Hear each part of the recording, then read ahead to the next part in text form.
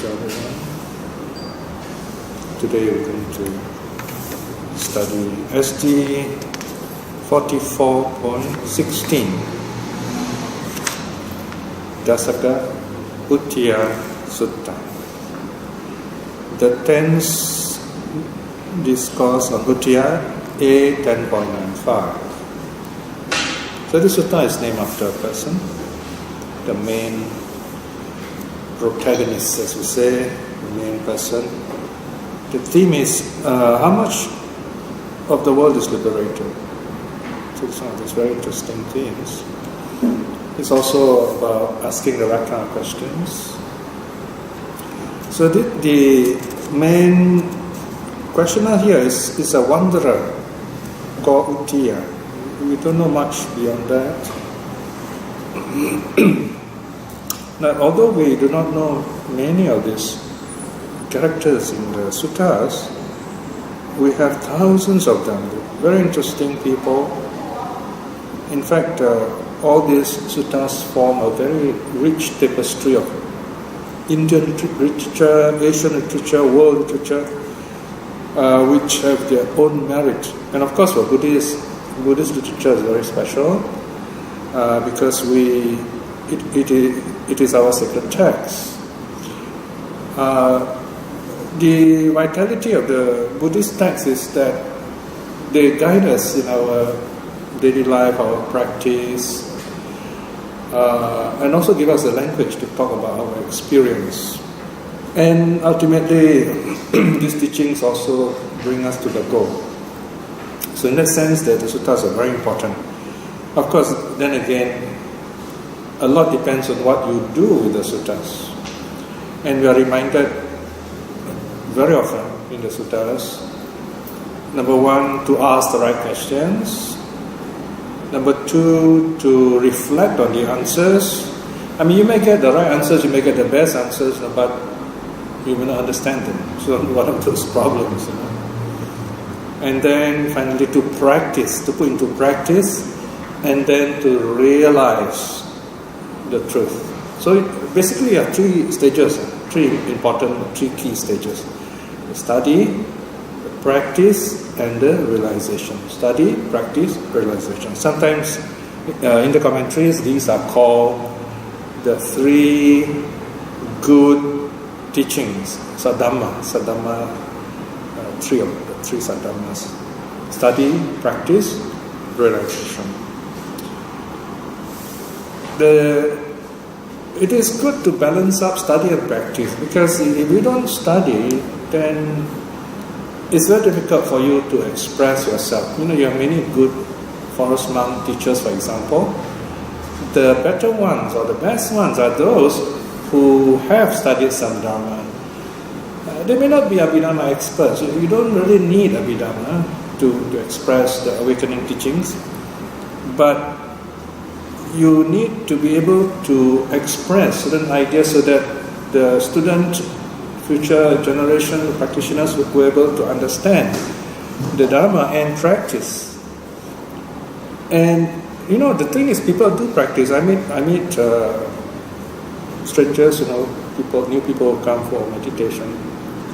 They actually try to meditate, and in many important ways they're doing the right thing, but they do not know it's the right thing. Very often it is the key experiences that they miss, that they don't understand. For example, when you do meditation, breath meditation, there comes a point where the breathing slows down and you feel very peaceful, and you begin, one of the things you don't notice your body, you don't feel your body anymore, and then you don't feel your breath, and that's the right thing. The teachers will tell you, yes, go on, that's good. But this person who practices by himself, he doesn't have the Dharma, see? So when he loses the feeling of the body, he begins to panic. He says, what's happening to me? I'm losing my feeling, and then he kind of gets active, and that breaks his concentration. Or he has this very peaceful feeling, doesn't feel the breath anymore, and he gets worried. He says, okay, I'm going to stop breathing, I'm going to suffocate, I'm going to die. These are all wrong views. So you see wrong views kind of interrupting your practice. So that is why the Dharma is very important. The Dharma will tell you, okay, this is what will happen, this is how you feel, you have to let go, and so on. So once you have that kind of understanding, then you are better prepared, you're wiser in your practice. It's just like, let's say you want to go to a foreign city, you say, okay, I want to go to this place, faraway place, maybe some Pittsburgh, Pennsylvania, somewhere. And then you go there, but you don't know how to move around, so you don't know where the best places to see and so on. So although you are there, you do not get the full benefit of the place. So going there is one thing, knowing what to do there, knowing the customs and so on, is another thing. So the teachings are important in telling us what to expect and how our experience work, and finally what to do with them. So just now I mentioned we need to know the Dharma, we need to understand it, we need to ask the right questions, because you can ask 1,001 things. You go in, number one, you go in a circular path, another one, you go off the tangent, you go somewhere else, So that is why, for example, in Facebook, in our Facebook, our Dhamma Facebook, we focus only on early Buddhism. So any other discussion, we tell them, please, find another platform, another blog or whatever. Otherwise, you end up with so many threads, as we say, that you lose focus on what you want to teach, especially early Buddhism, which is more of a practice place. And the other thing is, Facebook is such an open space, open market. You find people can talk quite freely. Trolling is very common. Trolling meaning you lose control of yourself. You have this faceless, although we call it Facebook, you're faceless. And we have the courage to, it's like you're hidden, you're wearing a mask, so you can throw stone at people and even rob them, you're not afraid of being caught. And that can be quite unsettling for a lot of people, and it's not very helpful at all. So these are things, that's why we need the Vinaya, because the world out there is an open market, people do what they like, so the Vinaya tells the monk, this is how you behave, don't get lost, don't throw. And then the purpose of Vinaya is to prepare your body and speech for the Dhamma. Okay? The Dhamma deals with the mind. Because the mind is the source of our suffering, and therefore the ending of the suffering is also there. And that is why in Buddhism we do not stress on rituals, because rituals is to externalize the process. We look for answers outside of ourselves. Rituals means, for example, if I do certain prayers, or I'll get certain answers, or I'll even go to heaven. So that is external. That won't work, because the problem we have is internal, it's inside our minds. So we have to look within ourselves. So asking the right questions means questions which help you to understand yourself, to understand the nature of the self. And when you look at yourself, what do you see? Well, number one, if you look very closely, you see everything is changing, everything is impermanent, right? So that's a good start. And once you begin to understand that impermanence, then things begin to fall into place, right? So this is where, in this case, you see, we are actually three people in this sutta: the Buddha, and you have Uttiya, and you have the omnipresent Ananda. He is kind of always there in the sutta somewhere. So Ananda is the compassionate in-between character. Basically, in this sutta, you see Uttiya asking the Buddha some rather way out questions, which the Buddha totally rejects. The 10 questions. And not only that, he repeats himself. Alright? So here we have a traditional response which the Buddha gave, accepted in the Buddha's time, where the teacher would not say anything, just remain silent.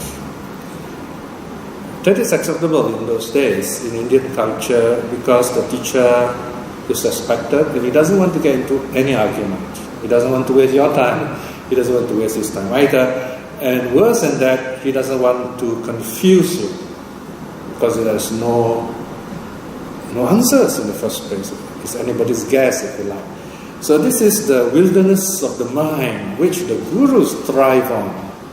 And the Buddha said, no, don't go there. It's not going to be very helpful. But the gurus say, hey, let's go there, have some fun, because you get nowhere there. It's a very dangerous place, and those who know a little better probably will be, you look up to this person. Let's say you go into a desert, you go into a wilderness, you go into the jungle, which is a dangerous place. You will depend on someone who knows the place a bit more, but the place is still dangerous. So the gurus thrive on this kind of place because it is unsafe, and the gurus pretend to be an oasis of safety. But the cost is very high. We have a lot of people who suffer greatly. So the people who suffer the most, I think the gurus are the faithful type. If you have a lot of faith, the gurus will feed on you. And I have friends who really suffer, who spend the best of their lives with this guru, giving their money, their time, their life, their bodies, And after many years, 10, 20, 30, 40, sometimes longer, they didn't realize these gurus have clay feet. And for many of them, it's too late to come out, so they kind of rationalize, they just drown in the whole cult. But there are those who are very fortunate, they come out.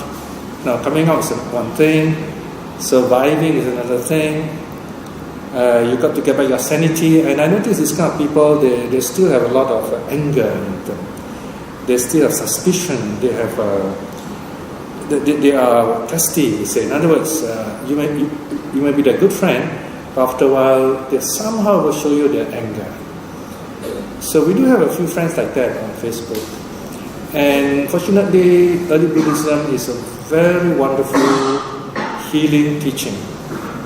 And I have a particular friend who has come out one of those really top gurus in the world. He's left him.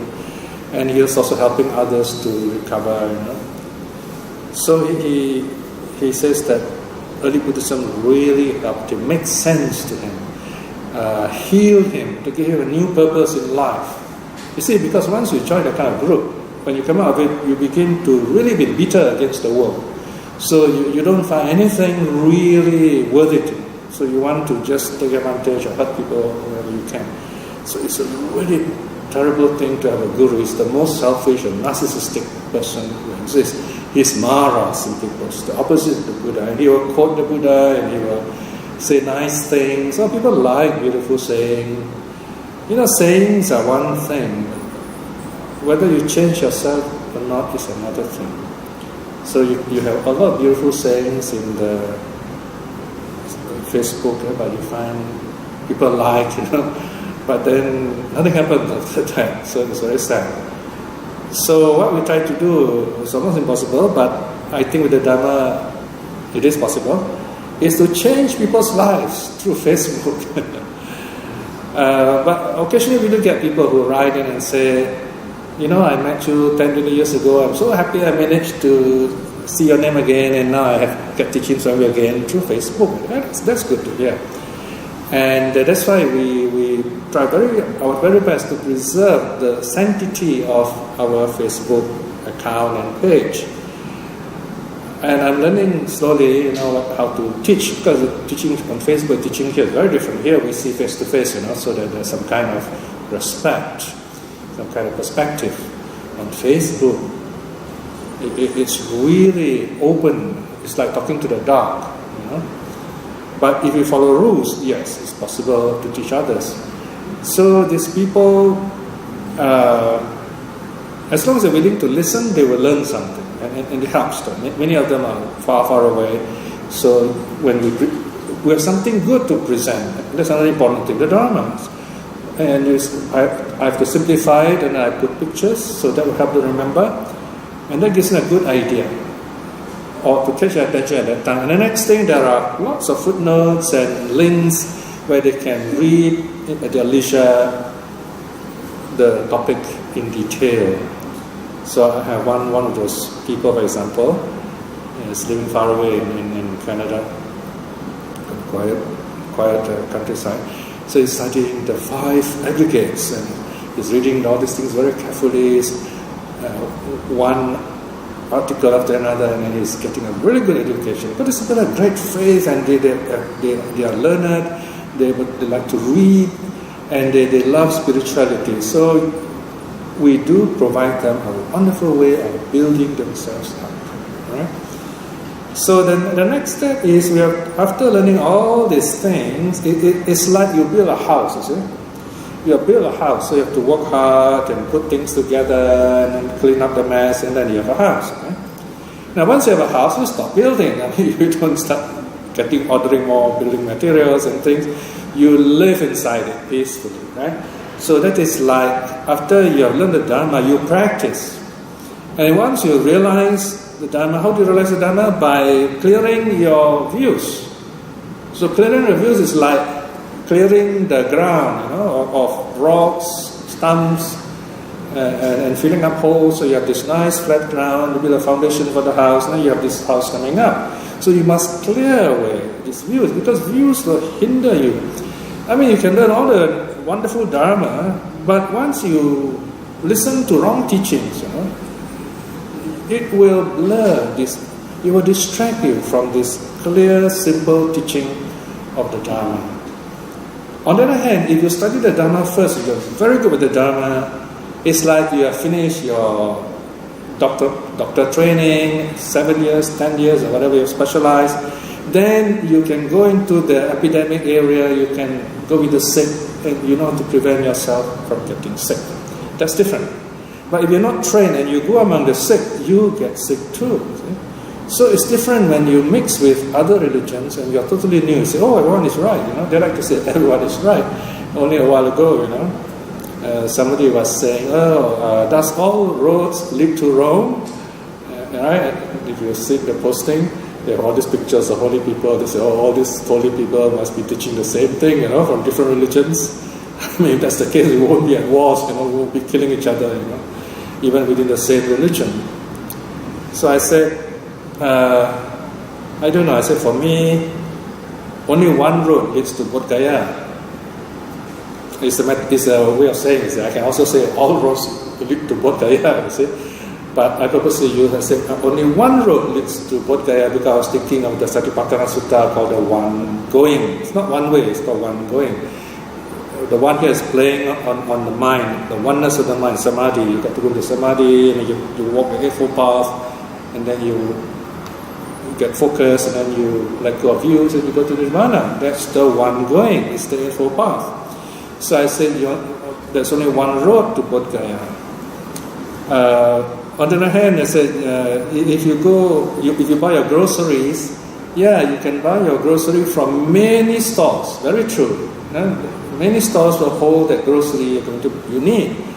But there's one particular grocery where the quality of that product you need, you use very often, even daily. The product is good quality, well packed, and the price is good, and the people serving you are also good, kind, and noble. So obviously you go to that one place. You would want to go here and there. See, you might get cheated even, So you go to that one place. Okay? So of course, people can twist all these things around, but the point is, you want to benefit from the Dharma, you got to focus. Because the Dharma is not just learning the suttas, coming here on Sunday or listening to this video recording. It is sitting down, calming yourself, letting go of all these things you have learned. Because these things you have done has brought you so far. The house is built. The house is built. So now you go inside the house. Okay, you don't think about building a house anymore. You go inside the house. You in a sense, you forget about the house. You just stay there. You go to sleep. In order to go to sleep, you got to forget about the house, so to speak. The house is still there, protecting you. So you have known the Dharma, then you let go of thinking of the Dharma. Thinking about food, reading menus is different from eating. And finishing your meal happily, healthily, and then you are settled, your health grows, right? so you stop eating, so to speak, right? So that's the analogy. So you have to clear all views away. Your mind is clear. Then you're at peace with yourself. That's the last stage. Okay? So Ananda helps Uttiya with this last stage. Because after this, Uttiya asked the Buddha the 10 questions. The Buddha said, I don't teach these things. And then the Buddha didn't go further than that. Then Ananda kind of intercedes when the Buddha is silent, and then explains to Uttiya why the Buddha is silent and what to go on from there. So you see here, it's like teamwork. You have the Buddha teaching something high level. It seems as if Uttiya has not reached that level yet. So the Buddha is just kind of saying, okay, you're not ready, Then Ananda says, okay, I'll teach you. This is my department, So Ananda is teaching him something simpler. So you find these two people working together. And this is not the only sutta. There are a few others where Ananda is always there, kind of helping the audience. Okay, let's look at this sutta and see how this happens. First, let's familiarize ourselves with the sutta. Look at page 162. Is that correct? 164. Top right hand corner. Let's look at I call this the signature. I still can't think of a proper technical term for this top right hand corner. Dasaka Uttiya Sutta. Right? Original title is Uttiya Sutta, and this is the number of Uttiya Sutta. This comes from the book of tens in the Anguttara, so I put Dasaka in front. Dasaka means tens. Dasama means tenth. So different meaning.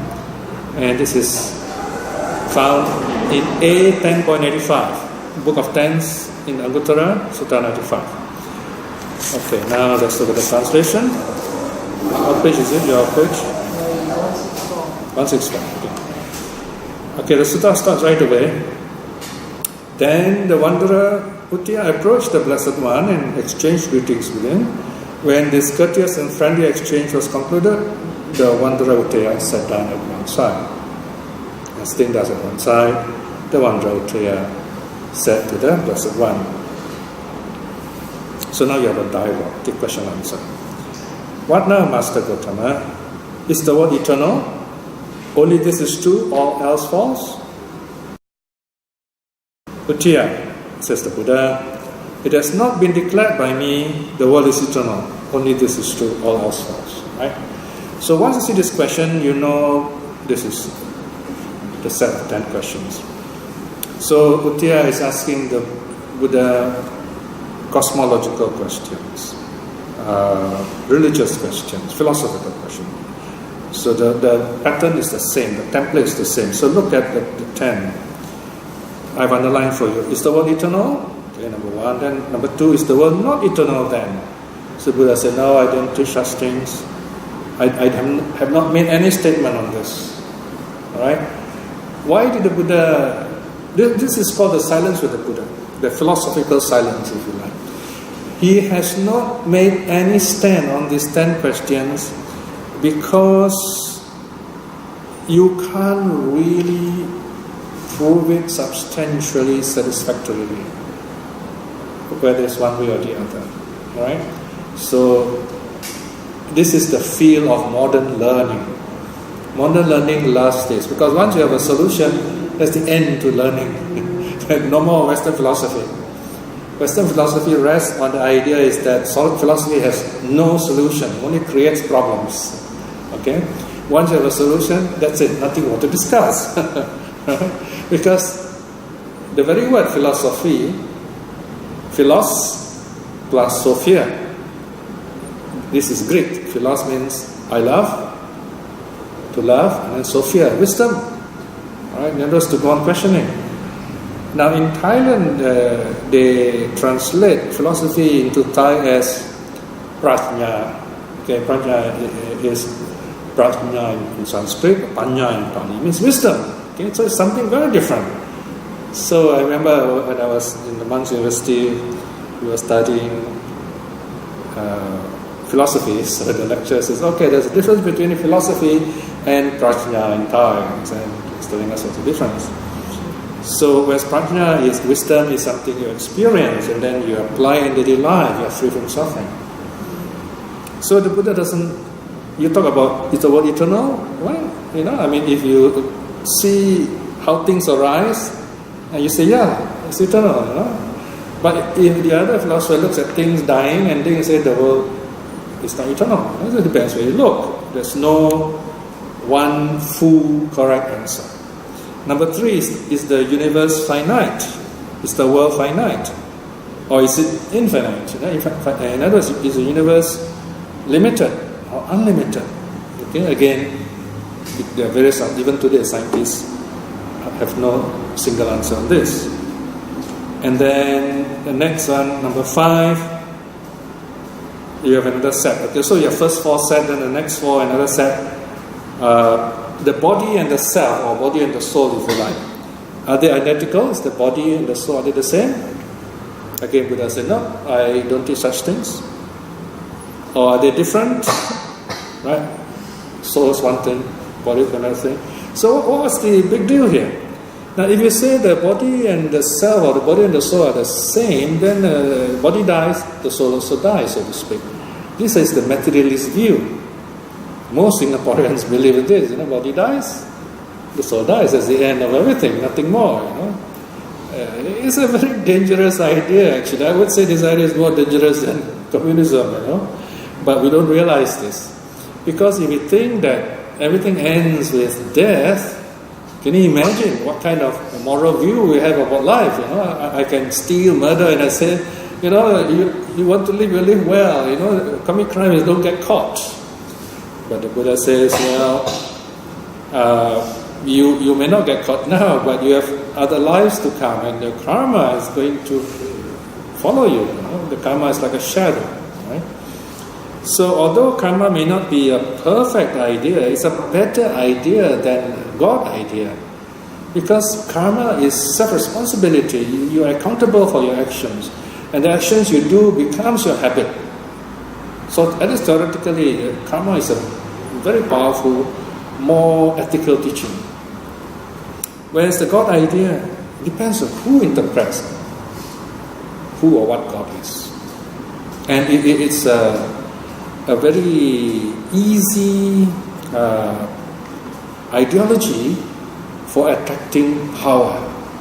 Whoever interprets God holds the power. So there you are. Very big problem. So next, number 7, does the Tathagata. Here does come, it's a tricky word here. Sometimes translated as the same, sometimes simply means a being. The being would thus come. This being who dies, or simply put, when we die, or when the Arahat die, when the Buddha dies, does he exist or not? Does he not exist after death? So Buddha say, to say that the Buddha exists after death is false, right? So we cannot talk about this Buddha still is the eternal Buddha, no such thing. And to say the Buddha is dead and does not exist also is wrong.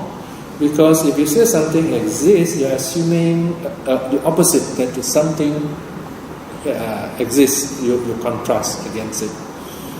This works when you, in this simple, very funny example, let's say a child is afraid of ghosts, and the very word ghost terrifies this child, and it's very dark at night, and you tell the child, don't worry, there are no ghosts. And you keep saying ghost quite loud. The word that the child hears is ghost. so you, even in denying something, you actually affirm its existence. So it's very tricky once you go into words. So Buddha said, no, I'm not going to commit myself on this view. So you cannot say that the saint exists after death or does not exist after death. In that case, the Indian philosopher says, what about both exist and not exist? Or is it possible, number 4, neither exist nor not exist?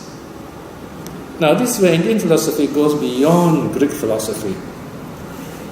Greek philosophy, especially Aristotle, only has the binary truth. Something exists or does not exist. Something is black or not black. Something is good or bad. You can only have these two, according to Aristotle. No third state. But to the Indians, there are four possible philosophical statements. Of course, in the Indian case here, we're talking about possible statements. All right. One of my mathematical professor friends told me, if you follow the Indian quadrilemma, the four statement of truth, you have no more maths. The whole basis of maths will collapse because our modern maths is based on the binary idea of either true or false. The whole of the computer system is based on off, true, false. Okay? So this is a different way of thinking. Right? So the Buddha is silent on all this. Says, no, this don't apply. Sometimes the Buddha used the word doesn't apply. So there you are. These are the 10 things, 10 questions the Buddha say, I don't deal with these philosophical questions because they are endless, you can go on talking about them and you will not get enlightened anyway. This is one of the problems when you're on Facebook. You find people can talk a lot and long letters. You know, I realize now is that if someone writes to you a very, very long email, unless it's a really great essay, which people normally don't write on the Facebook, it is very likely that person has some issues, and the person just loves to write. Sometimes you just say one thing, people will write 100 lines. I get a couple of people that way. So often I will say, please do not write more than 10 lines, and people write 100 lines. So and the funny part is, these kind of people, they don't actually listen to you. What you didn't write there, they think that you're right, they start writing a long reply to that. They say, what did I say? So these kind of people can be distracting, annoying, and you find they're not very helpful. And they're not friendly at all. They don't listen to you. They don't listen to people, so far as that. They are heady people, we say. All head, no heart, and no ears also. So you get this kind of people on Facebook, and these are the wrong people. But that doesn't mean we should give up Facebook, because there are a lot of good people there who want to know the Dharma. And that's where they present the Dharma in a clear, beautiful way. Truth and beauty, these are the two things that guide me when I present the Dharma on Facebook. And we have established certain standard of quality that people know they love those kind of teachings. Right? So this to follow the early Buddhist idea of teaching the Dharma. Alright, so that's first part is finished. The Buddha says, I don't deal with these 10 questions. And then second part, number 2, Uttaya asks, why is it, Master Gautama, when I ask you this question and he repeats everything, all the 10 questions, you say, okay, I don't declare this, And finally, at the bottom, look at 2.2. At the bottom of, and where your page is, your version is section 2.2. What then has been declared by Master Gautama? So it's getting a bit upset here. In fact, he is beginning to be a bit sarcastic. Now, then the Buddha replies, Uttaya, through direct knowledge, I show the Dharma to my disciples for the purification of beings, for the overcoming of sorrow and lamentation, for the passing away of pain and displeasure, for the gaining of rightness. Rightness means the eightfold path, heading for awakening, for the realization of nirvana. Okay? When we say nyaya patipanno, we are referring to this, the gaining of rightness. And in that case, Samacci Patipanno refers to realization of nirvana. Now Uttaya is not very happy. And you can sense it, if you look at this, the way Uttaya is talking, he's probably being sarcastic. Look at 2.5. 2.5 is not a complete sentence. We look at 2.4. But when Master Gautama, through direct knowledge, teaches the Dharma and so on. So he's repeating what the Buddha said earlier. So okay, if you teach all this Dharma for awakening, and then 2.5, is the world let out or liberated by this, or only half of it, or a third of it? Right? So he asks the Buddha, says, okay, you teach all these things, does it save the whole world, or half the world, or 1/3 the world? This is another stupid question, right? So he asked 10 questions, and he asked 3 stupid questions. Once you ask like that, the Buddha will be silent. The Buddha doesn't want to get into an argument. Okay? When this was said, the Blessed One was silent. Okay? The Buddha wouldn't argue. And then Ananda is sitting nearby watching. Now, Ananda is very compassionate. He's a bit worried about Uttiya now, because he knows Uttiya has got this nasty mind now. And he's thinking, oh dear, this Uttiya, thinking in this nasty way about the Buddha, is going to be really bad karma for him. And if he has bad karma, imagine the kind of rebirth he'll get, the kind of suffering he'll go through if he maintains a kind of wrong view. So now, you notice the heading, I said, Ananda's intercession. Ananda's intercession. Okay? Alright. So just to remind you, okay, so we are in SD 44.16, chapter 16, section 3, okay? Now Ananda intervenes. Section 3, page what? 167.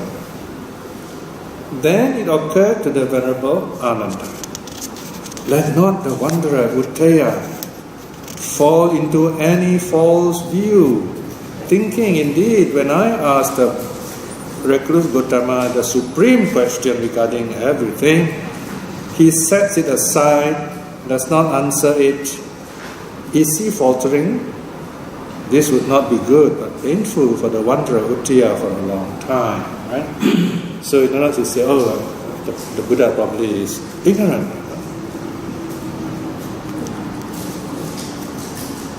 Then the Venerable Ananda said this to the wanderer Uttiya. In that case, Avuso Uttiya, let me give a parable.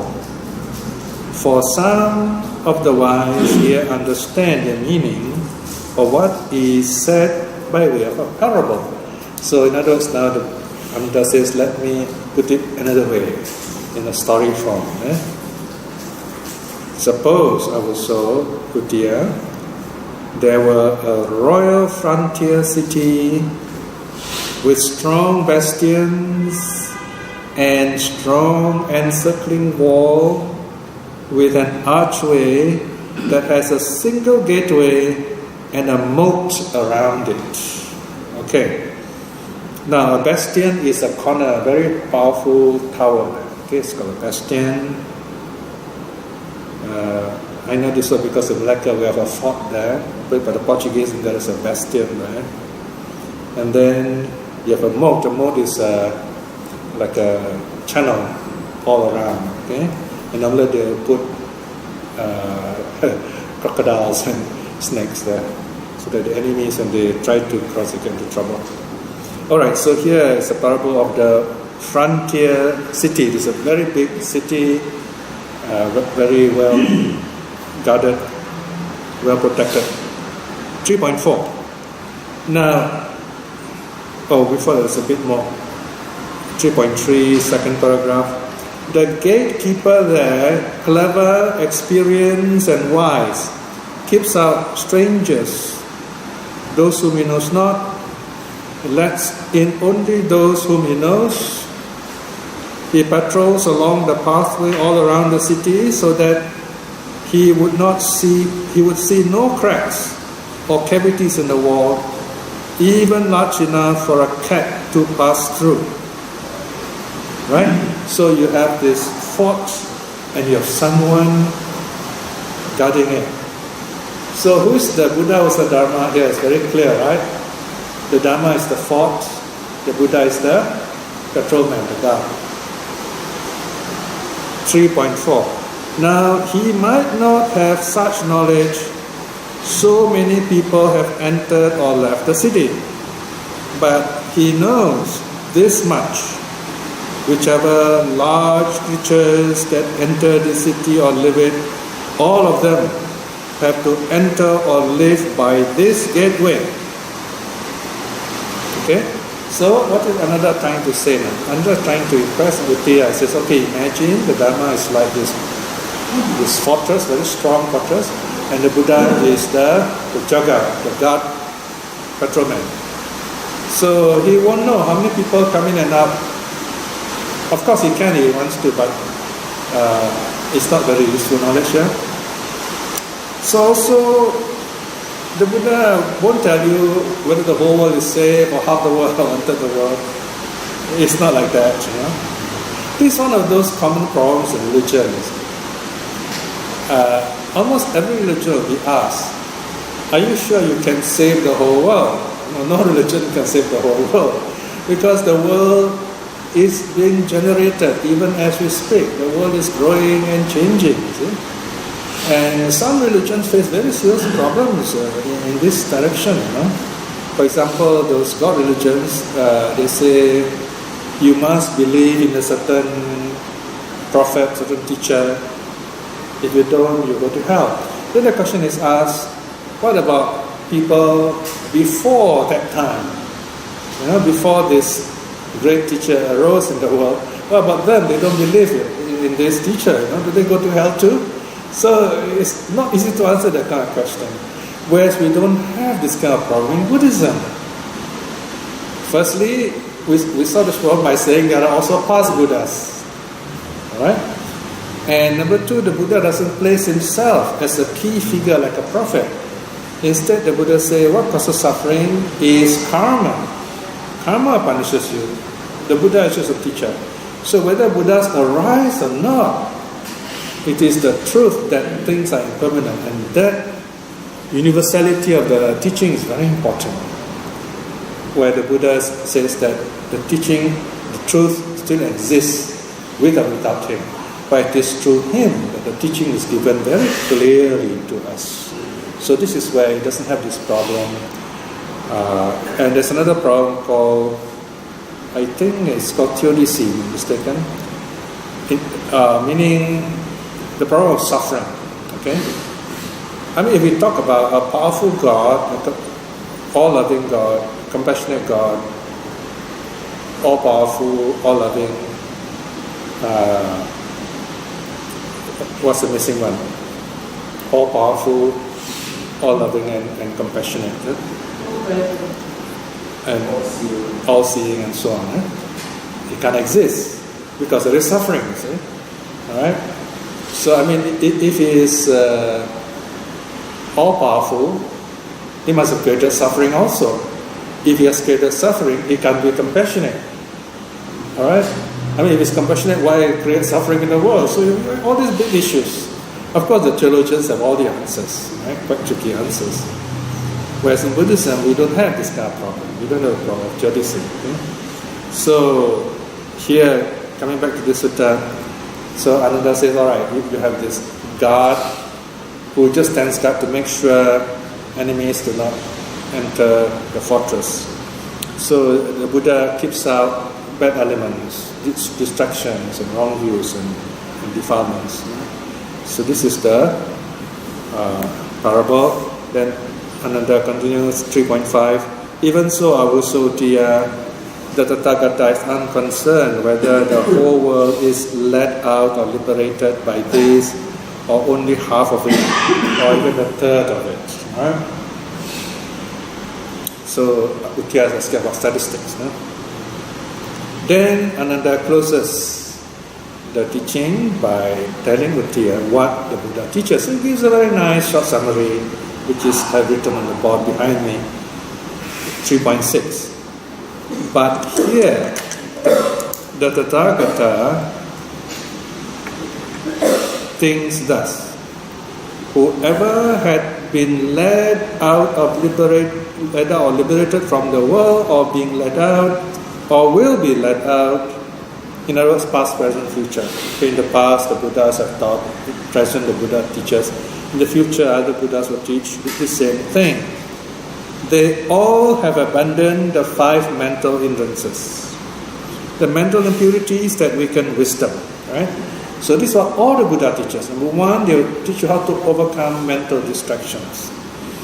Then number 2, their minds have been well established in the 4 focuses of mindfulness, training of the mind. And they have truly cultivated the 7 awakening factors. So they go on to attain awakening. Thus, they have been let out of the world or liberated from the world, and they are free from suffering. So past, present, future, these are the 3 teachings all the Buddhas will teach. How to overcome the 5 mental hindrances, how to cultivate the 4 focuses of mindfulness, and how to cultivate the 7 awakening factors. Finally, Ananda closes, section 3.7. Avasutiya, you ask the Blessed One the very same question which you have already asked, only that you have put it to the Blessed One in another way. Hence, the Blessed One did not answer you, right? So here you see Ananda being apologetic. Yes. So trying to explain to Utiya why the Buddha is silent. So Ananda acts as a kind of commentator here. So you see different roles people play in teaching, and how this person who is new to Buddhism is helped to understand the teaching pattern. So what is important to understand when we learn Buddhism is how to clear the mind, how to prepare the mind for awakening, and to realize the awakening. And these are the 3 teachings important to us, mentioned in brief in the Uttiya Sutta. Okay, so we have finished this short and sweet sutta. Any comments or feedback?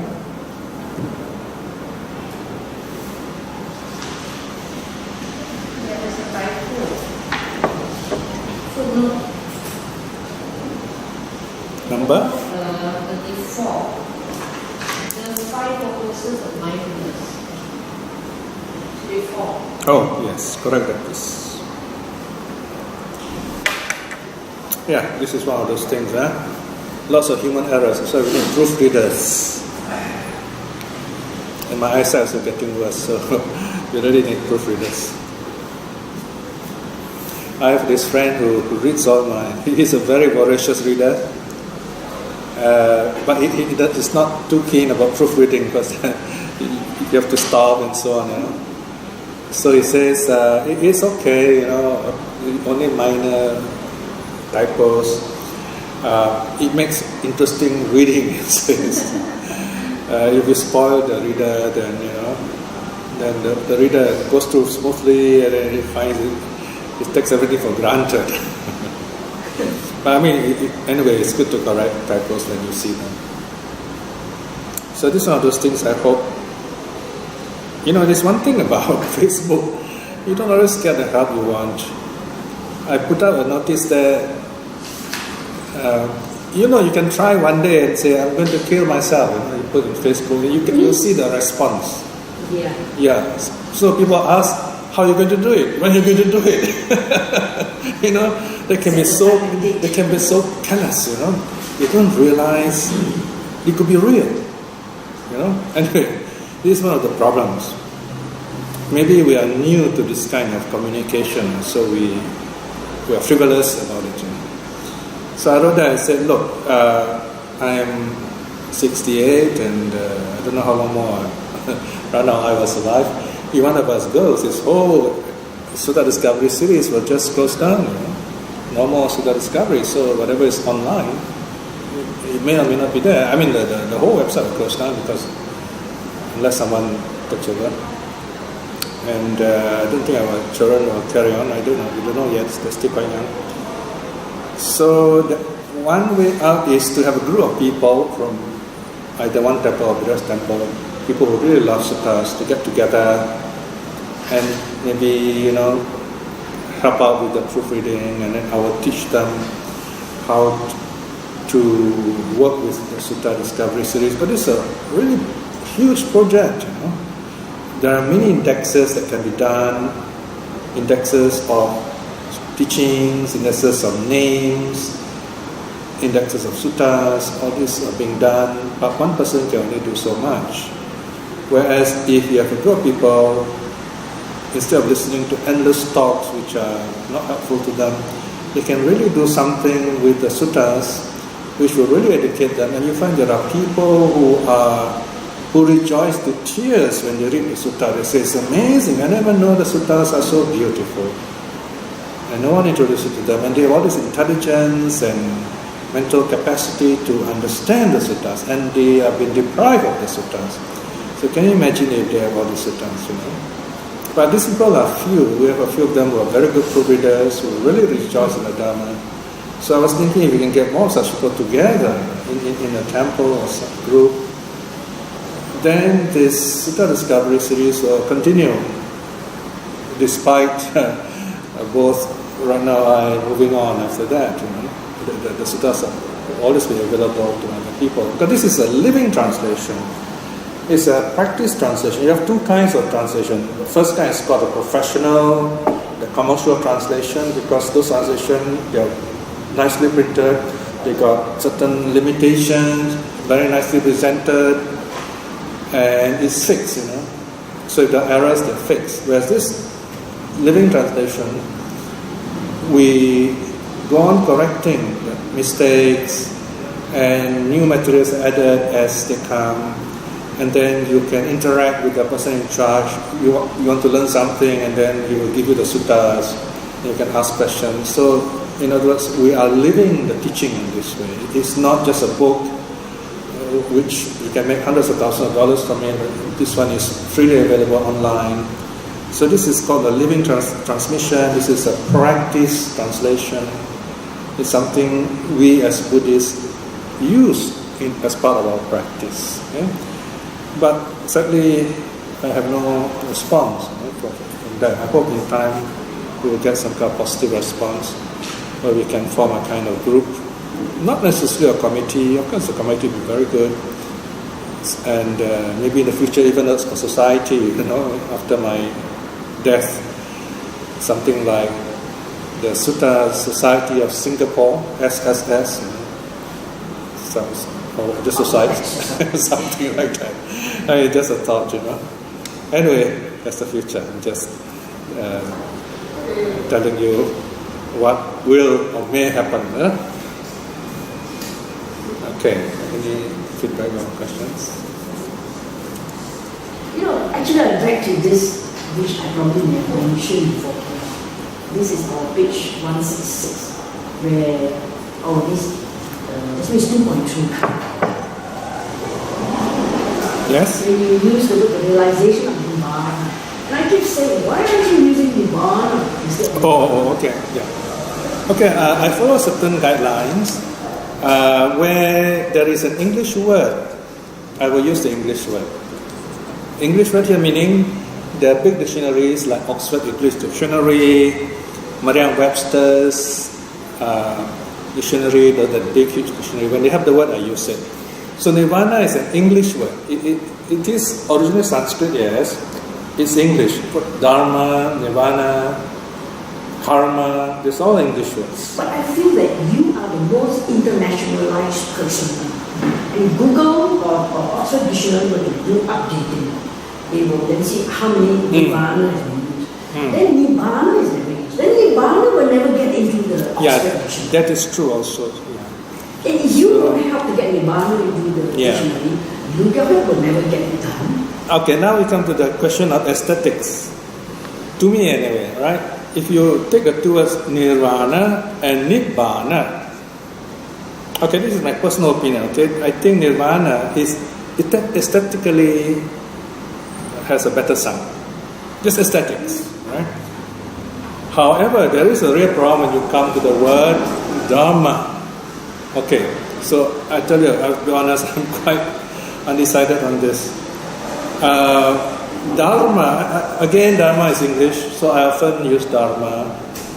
But then the Dalits of India, they make it a rule never to use the word Dharma, because the Hindus, the Brahmins use the word Dharma. Because whenever they say Dharma, they claim it's their Dharma. But when the Buddha uses the word Dharma, it just means truth, teaching. See? So there are occasions when if I sense that the Dalits will be reading this, I use Dhamma. I know in the future my critics will say Piya is inconsistent in the use of certain terms. Now, if you have done research well enough, this is not a big deal of a criticism. The greatest minds in philosophy and learning are all inconsistent because they sometimes spell it one way and spell it another way. So the important thing, it's like I use a green cup and I use a red cup. So this guy's not consistent. Some use a green cup, some use a red cup. It doesn't matter. It's still a cup. So whether I use Dharma or Dhamma, they know. That the intelligent people will know. In the Sutta Discovery series, it refers to the Buddha's teaching, not to the Brahminical systems. Yeah, but sometimes I feel if I'm reaching out to a certain audience, I will use that kind of, like to, if I have the Dalits in mind, I will use Dhamma, the Buddha Dhamma. So it doesn't matter. So, yeah, this is one of those things. But now I've gone 15 years already, so if I do any global change, I've got to change everything. I've got to go through all my 15 years of work, So I told myself that is luxury I can afford. I think let the future editors decide. Because once you have an editor, then no problem. They can say, okay, a revised edition, so they change Dharma or to Dhamma, then it's okay. And I give them the allowance, So people do not call in the future, Piya wouldn't wish you to change your spelling. I mean, importantly, it's the Buddha word, So if you can present the Buddha word clearly and you find you want to change that spelling from Dharma to Dhamma, go ahead without changing the essence of what is presented in this series. Yeah, so I'm not decided on this. But of course, when I'm teaching, you'll notice I use both, depending on the audience and also the context. Very important. Remember, we're presenting the Dharma. Okay? All right? Yeah, it's a big problem. Actually, it's very true. But when you say Nirvana, this is one word I think it is always associated with Buddhism. Other religions may also claim it, but only philosophically. But in Buddhism, Nirvana is very clear. But people also use this word in a non-religious way. Yeah. Yes, some names of clubs. Yeah, but then they even have Buddha clubs, So in Indonesia, it was a big noise about it. So there you are, those are words, Any other feedback?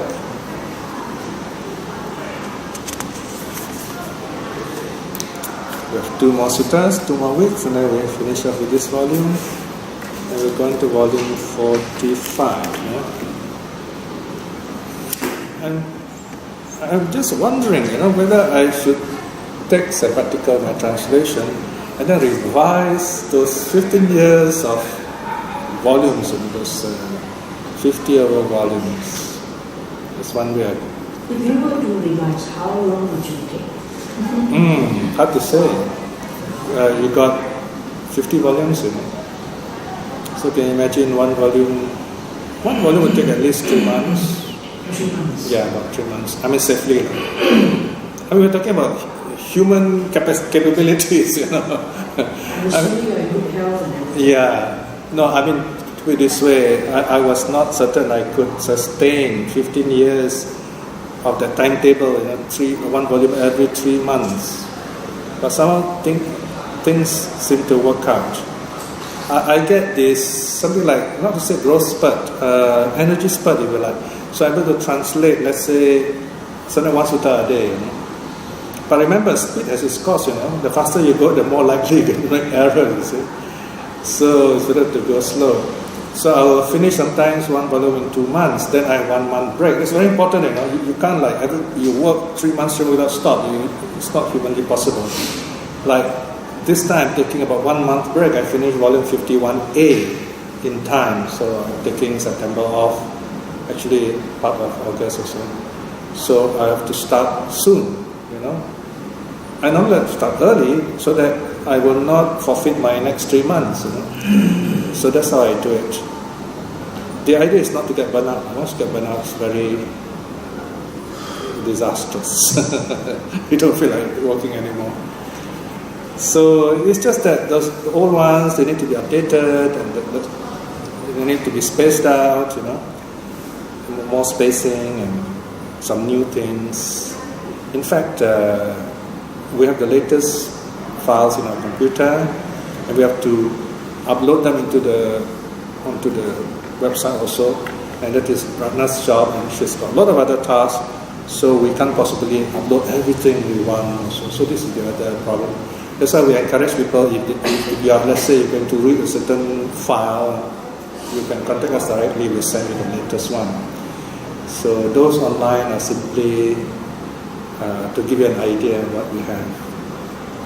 And I suspect some people are also lifting the work, right? They're using it for their own purposes, even commercial purposes, I suppose.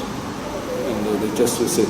It's very easy. If you're a scholar, you just lift those work and you write it, you know, without any acknowledgement. People think you are the ones who use your work, you know. As I do this kind of translation, there are lots of new interesting discovery. One of the things I discovered is called polysemy.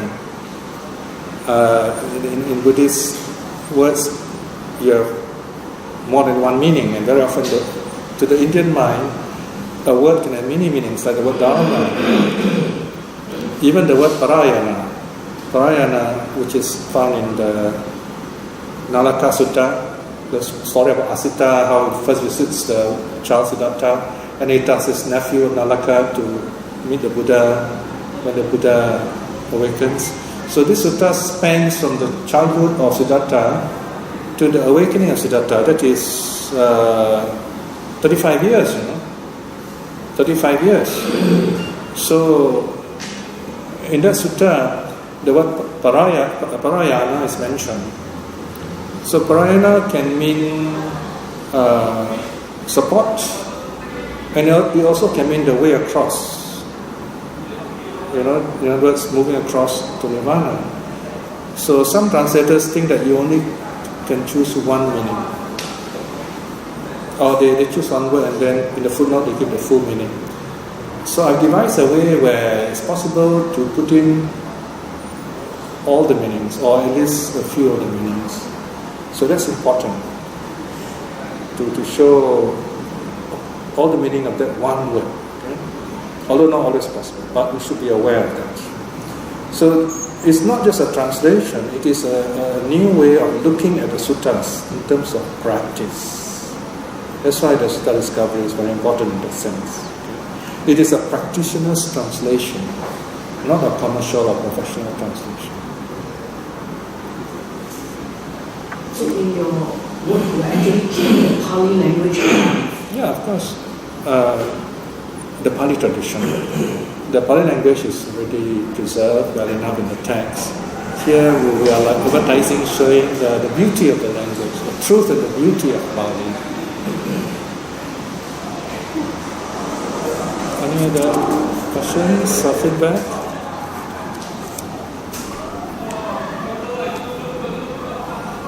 Okay, now then we end here. Let us close with a short reflection.